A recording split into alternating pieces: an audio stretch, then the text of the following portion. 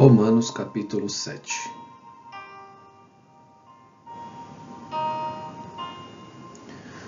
Uma comparação com o casamento. Ou vocês não sabem, irmãos, pois falo aos que conhecem a lei, que a lei tem domínio sobre uma pessoa apenas enquanto ela está viva.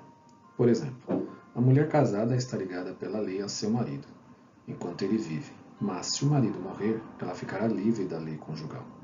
De modo que será considerada adúltera se, enquanto o marido estiver vivo, ela se uniu com outro homem. Mas, se o marido morrer, ela estará livre da lei e não será adúltera se casar com outro homem.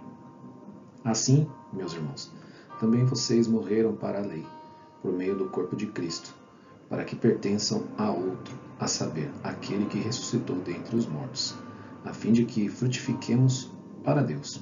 Porque, quando vivíamos segundo a carne, as paixões pecaminosas despertadas pela lei operavam em nossos membros, a fim de frutificarem para a morte. Agora, porém, estamos livres da lei, pois morremos para aquilo a que estávamos sujeitos, para que sirvamos de maneira nova, segundo o Espírito, e não da maneira antiga, segundo a letra.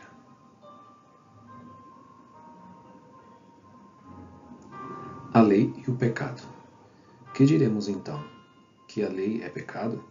De modo nenhum, mas eu não teria conhecido o pecado a não ser por meio da lei, porque eu não teria conhecido a cobiça se a lei não tivesse dito, não cobice. Mas o pecado, aproveitando a ocasião dada pelo mandamento, despertou em mim todo tipo de cobiça, porque sem lei o pecado está morto.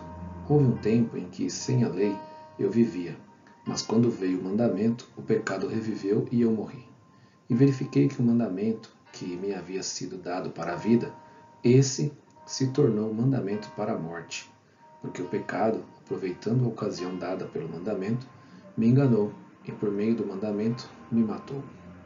Assim, a lei é santa e o mandamento é santo, justo e bom.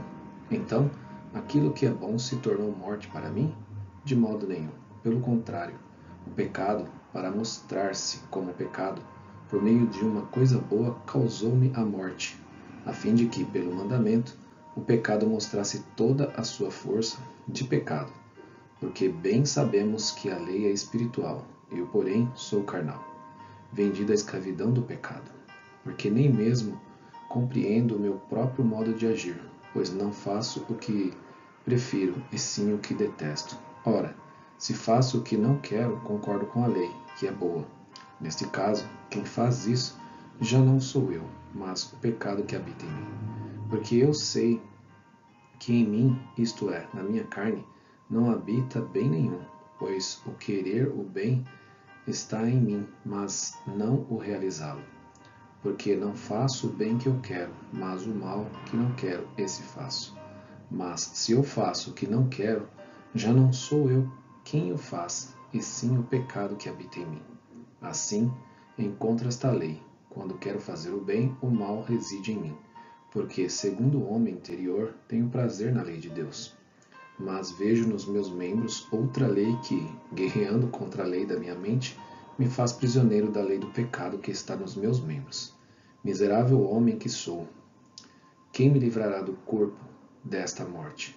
Graças a Deus por Jesus Cristo, nosso Senhor, de maneira que eu, de mim mesmo, com a mente, sou escravo da lei de Deus, mas segundo a carne, sou escravo da lei do pecado.